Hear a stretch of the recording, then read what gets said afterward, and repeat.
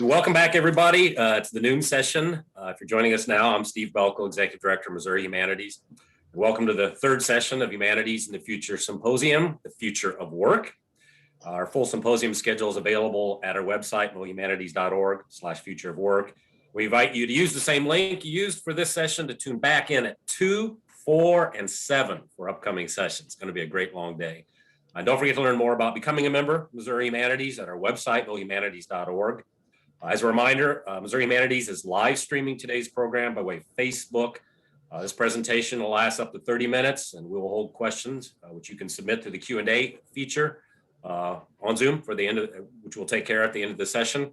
And tomorrow you will receive a link to the post-event survey in your mailbox. Definitely, please take a few minutes to complete that survey. It means a lot to us. So let's move forward. Let's get into this. It's now my great pleasure to introduce the speaker of session 3 of our Future of Work Symposium, Dr. Shawn Strong. He is the 9th president of State Technical College of Missouri in Lynn.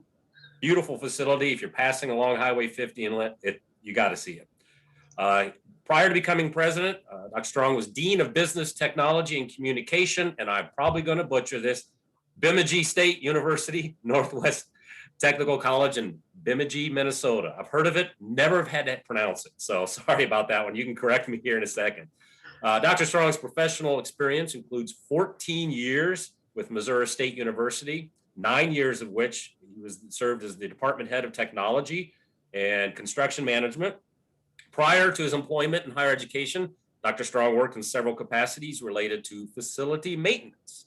He graduated from Northwest Iowa Technical College, it's in Sheldon, Iowa, with an Associate of Applied Science degree in Mechanical Construction Technology. He has a Bachelor of Science degree in Industrial Management and an MBA from Wayne State College in Wayne, Nebraska, and a Ph.D. in Industrial Education and Technology from Iowa State University. He is he's in your 5th year, I believe, at State Tech. And I will say, during Shawn's tenure, State Tech has experienced dramatic, significant growth and has deservedly earned a number of national accolades. So we're lucky to have Shawn here today. I'm turning it over to you. We'll be back for Q&A. All right, well, very good. I will try to get this thing rolling. Okay.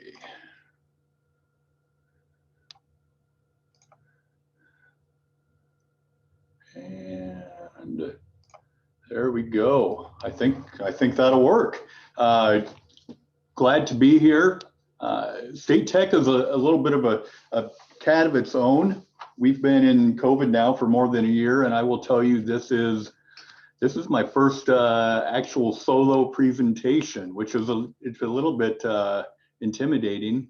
We haven't really taught many classes online and not teach anymore. I haven't made any presentations. I've done, believe it or not, a couple of live conferences in the last year, but which is kind of the nature of the folks we serve. But this is a first for me. So the test run, hopefully we took a half hour to figure out all the kinks and the stuff. So hopefully we're good to go. So today I want to talk to you a little bit about State Tech. When you get done today, you'll know State Tech, kind of our student profile. Some of the trends in workforce education that I see, how we do things at State Tech, which again are different, how we interact with the humanities, and what I think is the future of workforce education at State Tech. And then if we have time, I can always, everybody's sick of hearing it, but I can always talk about State Tech and COVID-19, as our approach has been pretty different than most schools, and then naturally questions. So State Tech, it was mentioned before, we've had a pretty good run. This last 2 years ago, we were named Forbes 3rd in the country. We've been Wallet Hub for the last couple of years. I like to talk about the Wallet Hub ranking, compared us against 700 other 2-year schools, and we were top 5 for graduate outcomes, which is our graduates get good paying jobs, and then student outcomes. Student outcomes are our graduation rate, which in both cases we're in the top 5. State Tech, it's a fairly young campus. We were founded in 1961. This campus is less than, right at 40 years old. We have now over When I first started doing this, I think that slide said 360 acres. We're now over 500 acres. When I started this, it was 400,000 square foot under roof, and I think we're now over 500,000 square foot under roof. We do have an airport. We have about 145 beds on campus, so not a lot of on-campus housing, which has been really nice during COVID, not to deal with a lot of on-campus housing. We have the Lynn Community Center, and recently acquired a country club. So we have plenty of room to grow. I'll start with a video to give you an overview of State Tech, and let's all cross our fingers and let's see how this works. Welcome to the campus of State Technical College of Missouri, the employer's choice. Currently, students are receiving hands-on education in labs all across campus. In the Commercial Turf and Grounds program alone, we had a student working the pitching mound at Fenway Park in Boston. World Series is crazy. I never thought I would be working on the field before a World Series game, especially taking care of the mound. That's where everybody's watching all 100% of the game. It's stories like Zach's that set State Tech apart from any other college. We change lives. We've hired probably between 30 and 40 graduates in the past 4 or 5 years, and success we've had with their work ethic and the retention. It's just been a great fit. From the day I first toured this school, there's been no other doubt in my mind this is the school I was going to go to. And whenever I started coming here, I knew I made the right choice because I've met so many new people. Everyone here, cares for your well-being, and that was, really the why I came here. Did you know State Tech has a 99% job placement rate, a 73% graduation rate that now leads second in the state, only trailing Truman State University? Did you also know that 10 years into their career, a State Tech graduate will have a higher salary than graduates from most regional 4-year universities? That's just some of the reasons why State Tech recently kicked off the new academic year by welcoming a record-breaking number of first-year students to campus, the most since the college was founded in 1961. This accomplishment comes on the heels of an announcement that State Tech was ranked the best college in the country by WalletHub, and we ranked 3rd in the nation by Forbes magazine. State Tech is honored to be considered one of the nation's best. As an instructor at State Technical College, I take real pride in the fact that employers contact me when they're looking for a graduate. They'll actually look to us before they post a job. And so we know when our students that we know personally go and turn in their application, that resume ends up at the top of the stack, and that leads to great placement for our students. Industry drives our curriculum. 400 employers serve on advisory councils, making sure our students are getting an education based upon the skills employers want. We'll probably have 500 to 1,000 resumes, applications come in over the course of the year. And someone that has State Tech on their resume, State Tech on their application, by far moves to the top of the list. State Tech students are very informed and educated. The instructors and the college puts a lot of effort into getting their students ready for the workforce. They're prepared, they're ready to show up, they're ready to go to work. This is where State Tech excels, providing our students with a hands-on education you can't get anywhere else. Why? Because we believe that time on task is what makes our students more effective employees. Because they know that a graduate's from State Tech, they know that they've been taught by experienced instructors, by instructors who care and who want their students to be successful. Hands-on is so important because, again, if I tell you, you might learn. If I show you, you might learn. But if you put your hands on it and burn yourself, you're going to learn. It's hot. State Tech is home to more than 50 labs across our campus, including our Precision Machining Lab, the Lincoln Electric Welding Center, our Auto Collision Paint booths, an aviation hangar, automotive service bays, health science labs, the Osage Country Club, an indoor climbing lab with outdoor boring labs, and even 40-plus acres dedicated to our heavy equipment operations program. State Tech is also proud of our unique partner programs like the Caterpillar Think Big program, as well as our MFA option. We've had several different companies come here and talk about how they need people, how the second you get out of school, they'd like to talk to you, they'd like to get you out there working as soon as possible. And it's absolutely just overwhelming with how many different opportunities you actually do have throughout the nation. State Tech is excited to welcome a new record-breaking class to campus who will continue to serve the Midwest's workforce development needs. Because at State Tech, we like to say, from the classroom to your career, we are the employer's choice. We are State Tech.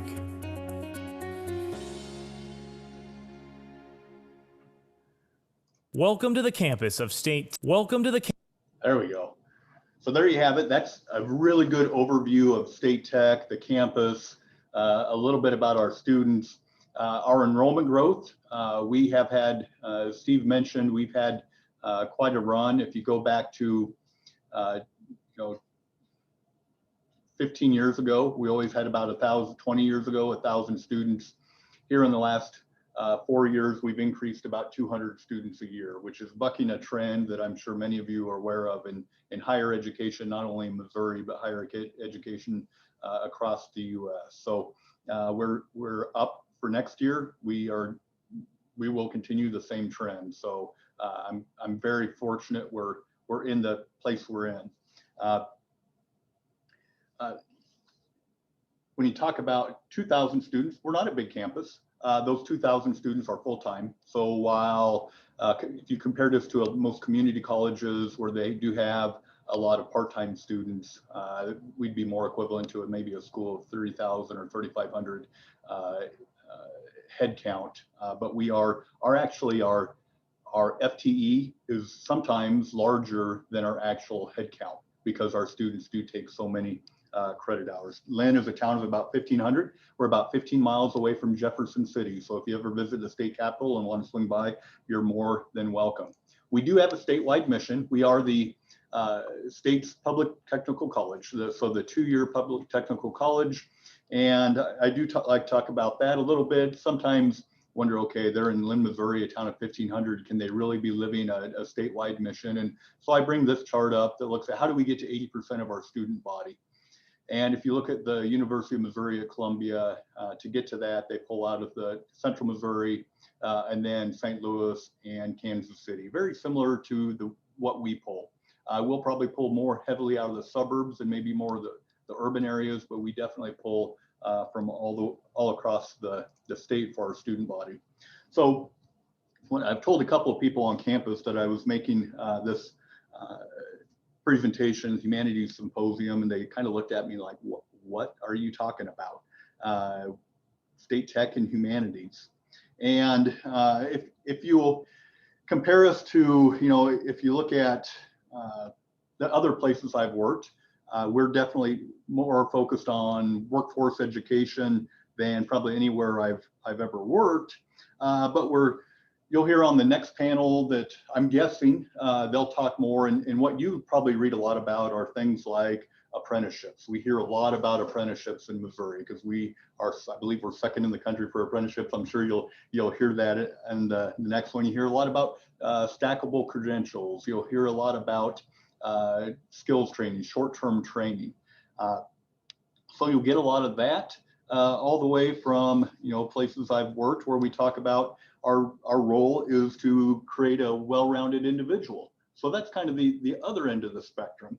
I would say at State Tech we're somewhere in the middle in that we really don't do things the way, if you look at what are the current trends are apprenticeships, stackable credentials, and you hear a lot about that, workforce education, preparing folks for jobs.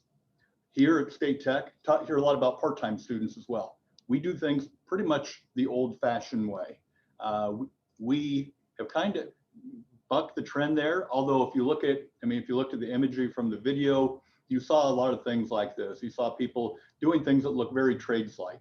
And while we are a trade school, we have about 37 different programs. And if you look through these are pretty heavily trade-oriented. We do have some business programs. We have a lot of mechanic-oriented programs. We have programs like the heavy that are unique, only one in the state, like our heavy equipment operations program, some of our nuclear technology programs, some of our partnership programs. So some of those are pretty unique to us, and some of those programs, like an HVAC or something like that, you'll find a lot of in a lot of different places throughout Missouri. If you listen to the video closely, I believe, and I didn't hear it this time, I should have been paying more attention. I believe you hear You heard one of my faculty refer to training. And I think it was probably in heavy equipment operations, talk about training. So talk about training versus education. And I think at State Tech, we're somewhere in the middle. And I hope that's what you maybe glean from the conversation today, that if you look at our mission, and it rolls off the tongue of everyone here. You go to a lot of places around the country and you ask them, well, what's your school's mission? Well, the missions are this long. At State Tech, it's preparing students for profitable employment and a life of learning. And everyone here knows it. If you ask anyone here, what is your mission? They're going to know that we prepare students for profitable employment and a life of learning. So, so we are preparing people for careers, but also a life of learning, something that a career that will, or an education that will take them through life. So if you could almost go through the training versus education and look at it from the spectrum.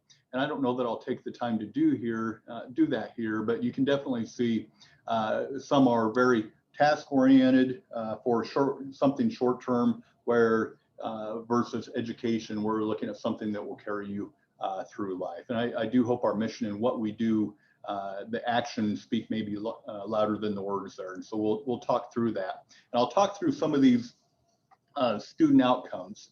And I'll talk through actually some of them individually, but some of the big ones, why we call ourselves the employer's choice. So our saying is, we all know the mission, but our tagline is, from the classroom to your career, we are the employer's choice. So if you look at our billboards on I-70 or down towards Springfield or anywhere here on campus, you will see the employer's choice everywhere. So some of the reasons we have, we call ourselves the employer's choice, it has a lot to do with our student outcomes. We have a retention rate that runs between 82 and 84%. Our graduation rate is the second highest in Missouri after Truman State. I was a little disappointed this year, I'll admit. Last year we had the highest graduation rate in Missouri. Ours, I think, went down 1%. Ours went down 1% or maybe stayed flat, and Truman's actually went up 1 or 2%. So good for them. But we're now in the second. University of Missouri Columbia, I believe, is in third. But why do we have such a high graduation rate? And we're built for it. So we have a cohort model. So cohort model, all of our students come in, they take classes together all day long.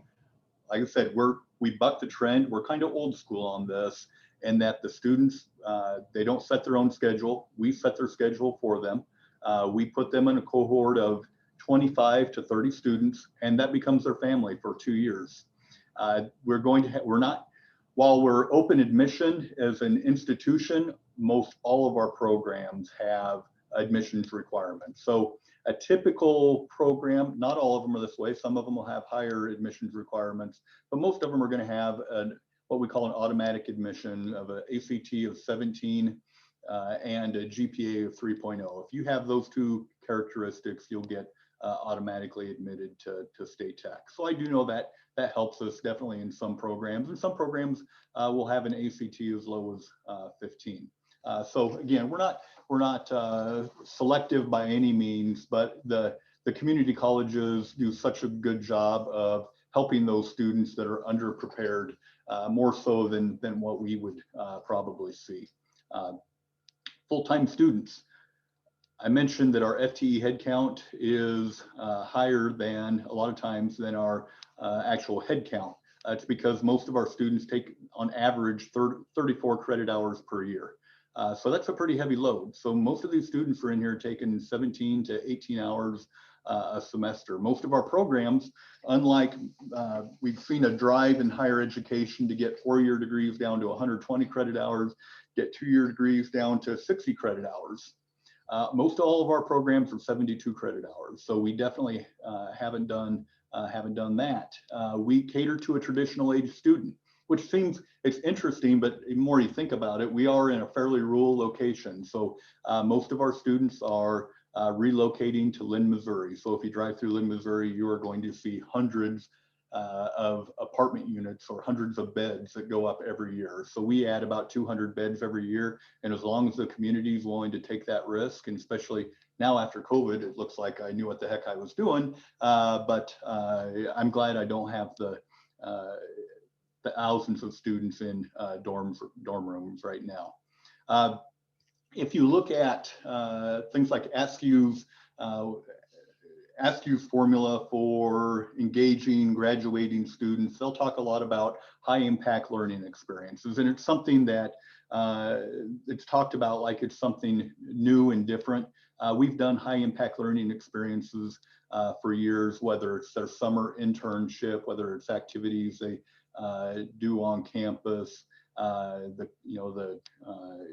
You can go down the list as far as what they do in the classroom, out of the classroom, with activities and projects and so on. And then we do fairly intrusive advising. Given our size, that's a little easier to do, but we take we're kind of bucking the system.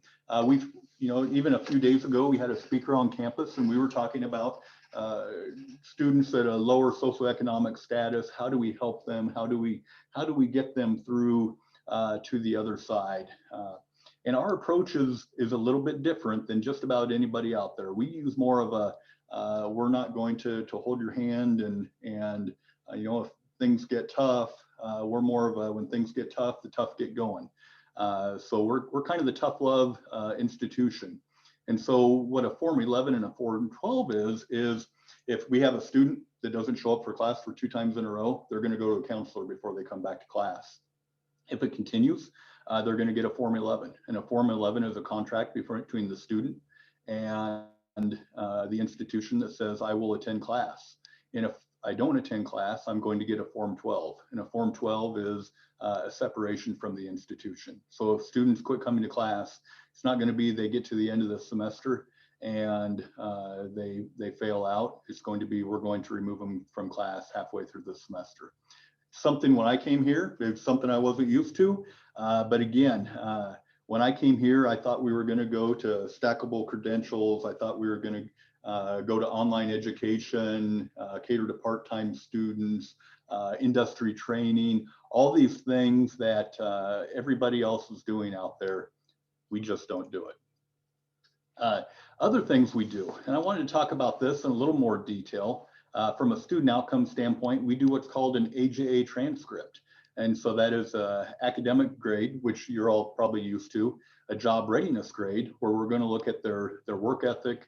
We're going to look at, do they come to time? Do they come to class on time? Are they helpful? Do they help their maybe a lab partner or other students in the class? So they'll get a score for that, and they'll get an attendance grade. And all 3 of these show up on their transcript. If they don't come to class, they're not going to show up to work. If you look at what's one of the #1 things that employers have a problem with, and if you've tried to hire a contractor lately, you'd know this to be the case, is just getting people to show up for work. So we definitely have the view, if they don't show up for work or show up for class, they're not going to show up for work. So we have what's called the AJA transcript that all the employers that we work with know to request. Other things, when we talk about, when I ask, and you all probably, many of you know this, when you ask a prospective employer, an employer, what's the #1 in survey after survey after survey have agreed with this, what is the #1 thing employers look for? And it's that written and oral communications. And so at State Tech, we require our students to all take about 19 hours of gen ed, which compared to a 4-year school taking 42 to 45 credit hours of gen ed, it's not much, but for a technical college, it's fairly significant compared to many places that will require very little general education. And if it's a technical school, there's a pretty good chance that general education they require is going to be technical writing, technical math, technical physics, and so on, where ours are going to be all transferable, core 42, if you will, general education courses. So almost all of our programs are going to require college algebra. A lot of them are going to require a physics course, and then of course the oral and written communications are going to require a history of social science as well. So I do think we recognize that while employers like to see employers like to see the technical is not the most important thing for them. It's your ability to communicate. And so again, I think we do an awfully good job of getting students to that point where not only can they get a job but they can move up. They can communicate with probably as much as the employer, but also the customer as well. So when we talk about the future of workforce education, I think one of the difficulties we have for workforce education is we try to force fit everybody into a can or a certain direction. So in high school, if maybe a counselor doesn't think they're college material, well, let's put them in a career center and let's put them in a vocation. And while we recruit a ton of kids from career centers, I love our career centers.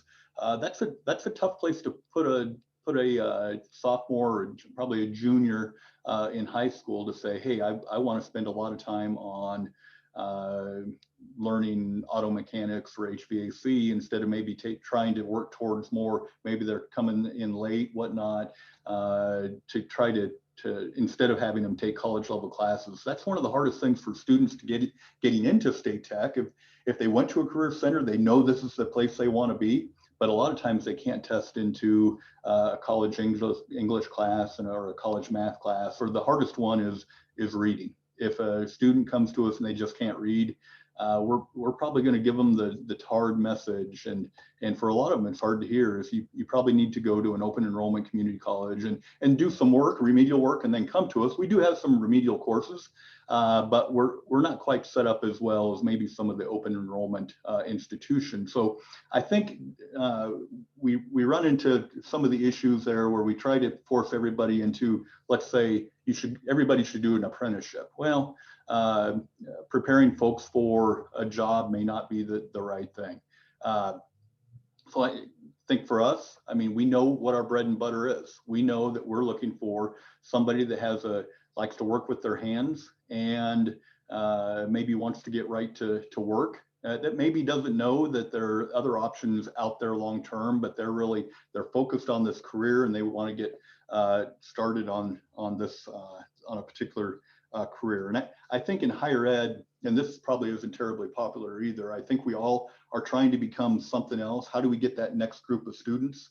While at State Tech, for example, maybe a 2-year school wants to get 4-year degrees, or maybe a school like us has an Associate of Applied Science. Maybe we ought to do AA degrees and do a lot of preparation for a 4-year degree, or maybe a 4-year bachelor's degree.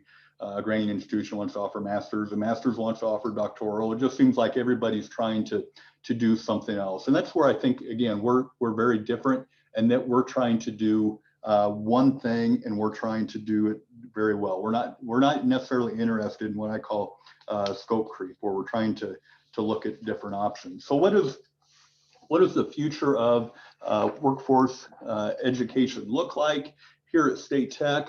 I think the best way to maybe talk about it is through maybe a case study, and it's our utility systems technician program. And we had employers come to us probably right when I started and said, there's going to be a big demand for broadband technicians in the next decade. And they were right. We looked into it. There wasn't a huge demand at that point in time, but we saw it coming. They got a group involved called PCCA, and that's the Power and Communication Contractors Association, along with Sellenring Construction. Steve Sellenring felt so strongly about it. He got on our Board of Regents, which is a governor's appointed position, and then Missouri One Call System. They came to us and said, we need this program. We're going to help build it. And they put their pocketbooks behind it. And we built a utility program that built upon, we already had a strength in electrical distribution, or our Lineman program. And we already had a heavy equipment operations program. So then we started this utility program, and I'll show you a video that really, and this will, unless we want to talk about COVID, kind of where I wrap up as to where I see the future of workforce education going at State Tech.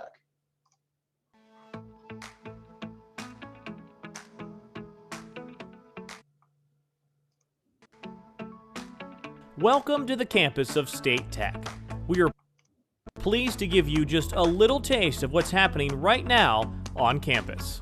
Immediately below us, you can see what will be Phase 2 of the Utility Technology Center, which should begin construction late this summer. To the right, you will see the future home of Safety Village. Students in the Heavy Equipment Operation program spent most of the fall semester building the pad for Safety Village. This is the underground utility lab. Soon it will be filled with students and equipment. Like Safety Village, heavy equipment students are building a flat pad. Heavy equipment operations students will continue to build up this area this spring and connect it to Safety Village. On the right of your screen, you will see what will become an 8-acre lake. If you need lots of dirt, you might as well build a lake. This is the Electrical Distribution Program's second-year laboratory. Eventually, it will have a substation, so if you know where a spare one is, we'd like to talk. This is our Cdl Training Lab. If you want to visit by way of airplane, we of course have an airport. As you can see, we have a bit of construction going on the 35-acre utility complex. Our goal is to be the premier technical college for utility technician education. The cornerstone project of this complex is the Utility Technology Center. We know it's hard to tell from this video, but the red flashing light on top of the building shows just how tall this building is.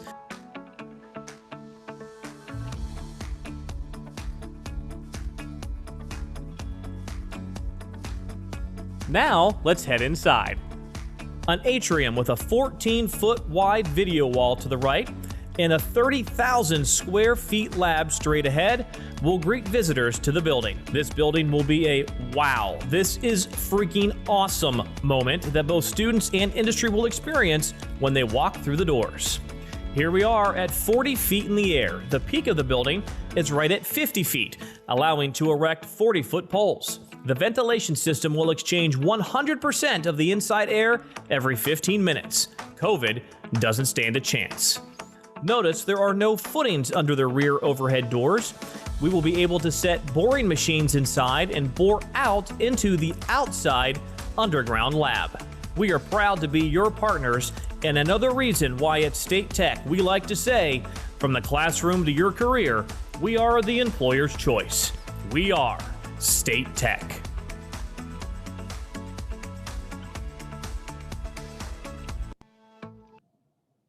So there you have it. I mean, we take technical education very seriously. Our goal with every program is to be the very best, whether it's our commercial turf and grounds program or our utility programs.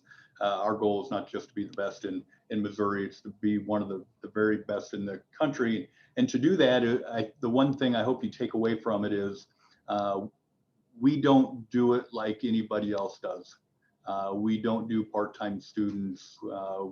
If you're coming here and want to be part-time, it's not going to work out for you. We're going to take the tough love approach. We're not going to be the cheapest. We're just going to be the best. So again, different approach, but I think it's important that we have folks that are doing apprenticeships, that we have folks that are doing catering to a part-time student, somebody that wants to get a bachelor's, master's, Ph.D. I think we have to meet everyone where they are and what they're ready for at that point in their life. And hopefully at the end of the day, some people are going to need just to get a job, but some people are going to need to start a career, and hopefully we do a really good job of doing that. I know we have some questions. If anybody wants to know our approach to COVID-19, I had that as a backup, but I don't think I need the backup, do I? Not yet. We've got a lot of questions. Okay. All right. And thank you for another wonderful presentation. I'm just going to ask you two quick ones before we get into some juicy ones here that have to do with the humanities. But how many of your graduates remain in Missouri? Most all, boy, I would have to look at, I've got a fact book here somewhere. I would say 80 to 90. I can confidently say somewhere between 80 and 90% of our graduates stay right here in Missouri. That's good news. The majority, yeah, the majority of them, about 90 to 95%, come from Missouri. Even though we charge for a student that has an ACT of 17, if they're coming from out of state, we're going to charge them in-state tuition. We kind of gave up on the whole notion of out-of-state tuition, given our level of state funding. That just didn't make a whole lot of sense to us anymore. Yeah, that's arcane. I'll agree with you on that one. So for my colleagues that are usually at four-year institutions of higher learning, so how are you bucking the trend of decreasing enrollment? What's your secret? What can you tell them? You know, and I get that asked all the time, and one I mean, my one answer is it's a secret. But then two, I really do think it is just focusing on what you're good at. I mean, when a student is going to, I was at Missouri State for a lot of years.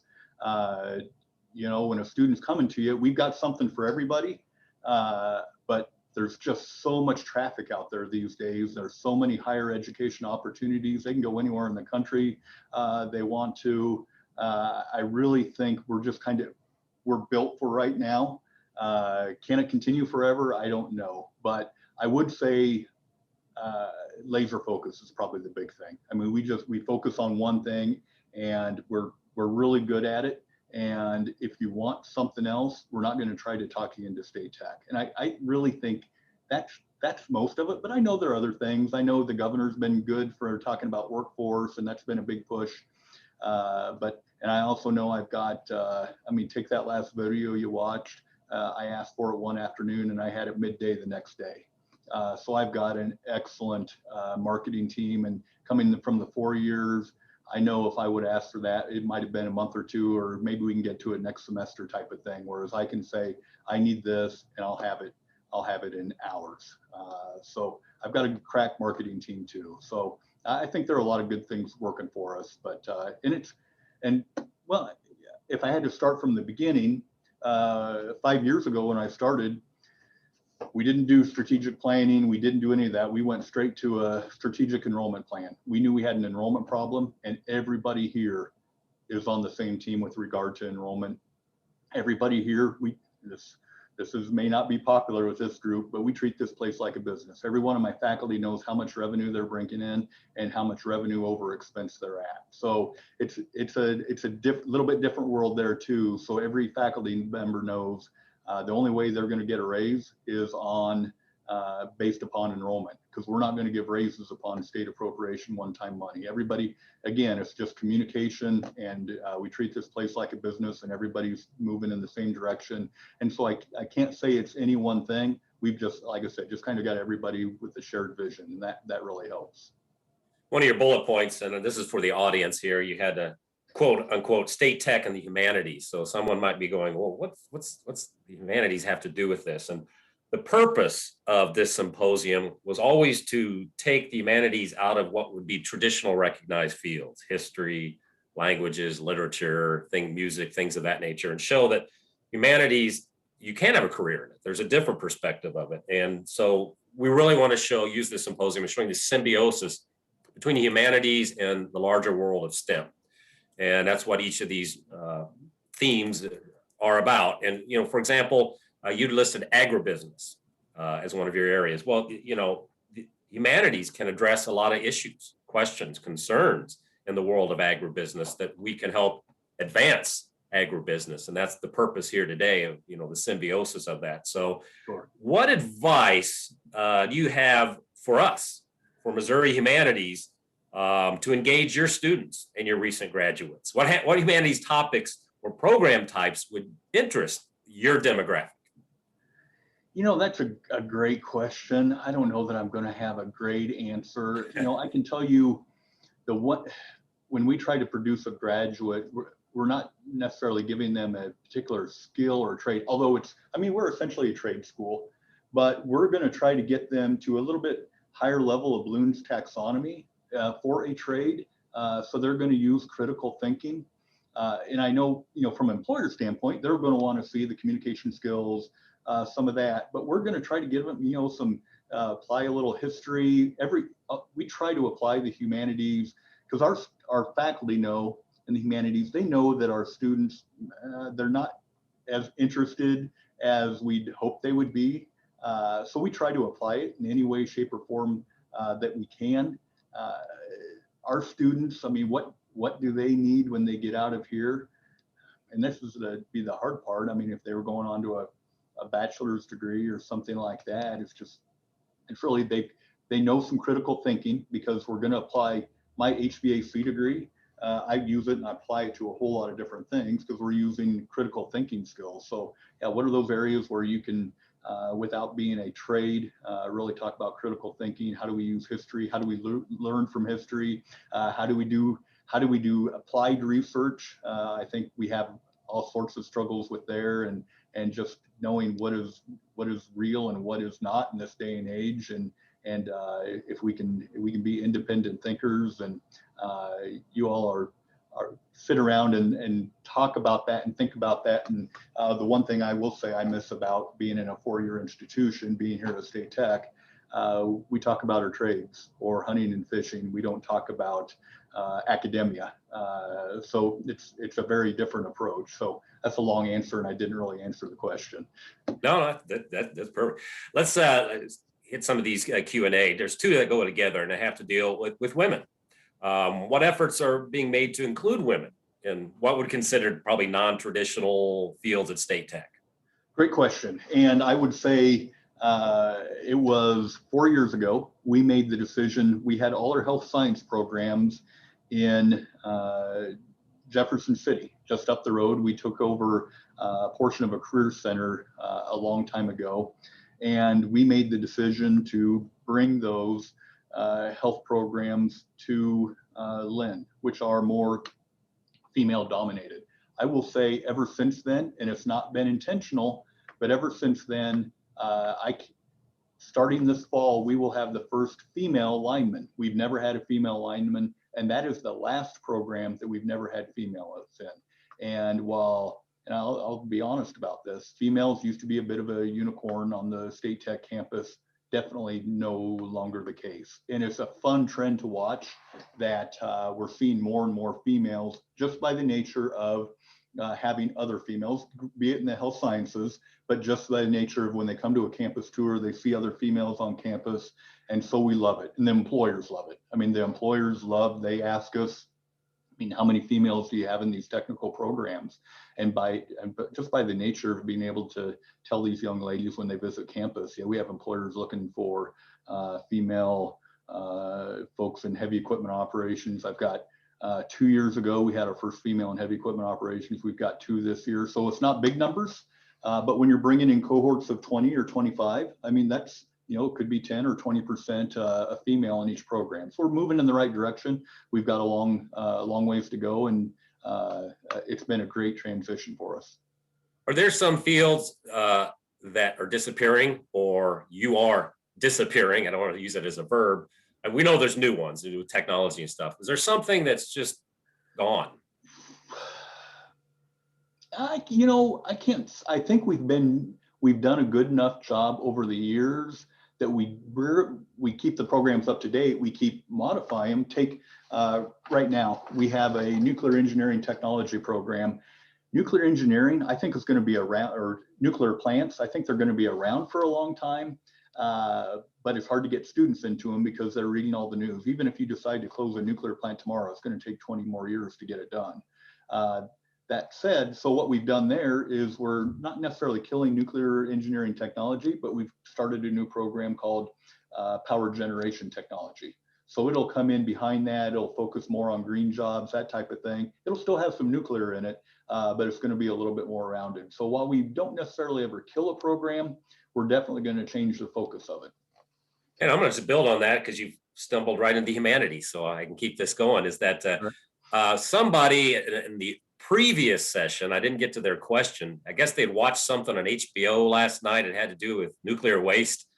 And so that is a major concern of conservation. How does conservation fit in with nuclear waste? And so this is the bridge between humanities and what you do. And so that's just another, there's multiple examples, and that's kind of what we wanted to show here today. I'm going to just switch a little bit here. One of the participants had mentioned that you have you host a youth program, a merit badge college for hundreds of scouts in the Great Rivers Council, Boy Scouts of America. And apparently a lot of them are impressed with your campus and facilities and choose to attend there. Are there any other youth partnerships that you are involved with or would like to start? I would say, we work closely with career centers from a recruitment standpoint. We do a ton of bus tours. We're still looking up enrollment for next fall, and it's based upon relationships, good relationships with high schools and career centers, I think. in FFA. We recruit a lot out of FAA programs. We haven't had bus tours this year, so we just haven't had students. Skills USA is probably the biggest one. We host the Skills USA competition for the state of Missouri. It's the biggest thing in central Missouri. I mean, it's bigger than anything that comes to Jeff City every year. We'll fill every hotel in Jeff City and of course our one hotel in Lineman. But we'll bring in thousands of high school students from all different types of it's not just the trades, but that's probably our biggest one, our relationship with skills in Missouri. Well, hopefully we can help you expand that somehow. So right. Back to this humanities, we're getting some great questions on this and the symbiosis between State Tech and Missouri humanities. An anonymous attendee said, I work at a liberal arts college school up the road from you and love your Form 11-12 approach. How do students react to this tough love process? I think our retention and graduation rate speak fairly highly for it. So, I mean, it's tough, but it's like the one thing I always say is, for my years at Missouri State, and I used to say this was a department chair to faculty when they'd ask me, well, what do you do about late papers? And I say, if you don't take late papers, you're not going to get late papers. If you don't put up with not coming to class, they're going to come to class. So it's really worked out well for us. Now that said, I also recognize the flip side of that is we don't cater to a part-time student. We're talking about traditional age students. When you're talking about non-traditional students, single moms, you go down through the list. That's a lot harder to take the tough love approach when there are reasons that they can't come to class. But not coming to class is the number one reason why. When I do my opening remarks for our orientation, I say 90% of getting through college is showing up. Just show up and do the work. And so it works really well for us. But I know that we're a little bit different beast. Oh, I like it. So as a former professor, I had my own system like that. So we're getting near the end, and I want to get to two quick things here. So in the humanities world, in fact, the National Endowment for the Humanities uses these terms explicitly. One of our goals is to reach marginalized groups or underserved or underrepresented groups. How do you all address that issue? That is something that we are always in the top 40 or 50 for what's known as the Aspen Prize. It's the number one prize for two-year schools. And we don't get past that very far because we have yet to figure out how to crack that nut. I mean, we'd love to figure out how do we get, because I think we could do a great job, and we've talked about it a lot, and it's like a lot of other folks. There are a lot of ideas out there, but what's really going to work? I mean, we're here in Lynn, Missouri. I would love to be able to bring somebody from a urban area that has had a rough time of it and bring them to Lynn, because frankly, you can't get in trouble in Lynn. I mean, everybody's going to know who you are, and it's just hard to stay under the radar here. I'd love to figure out how do you do that. And so I think one thing we're really doing is talking to bigger employers. If you talk to, say, an Ameren, one of the first things Ameren's going to ask you is how many minorities do you have in your lineman program?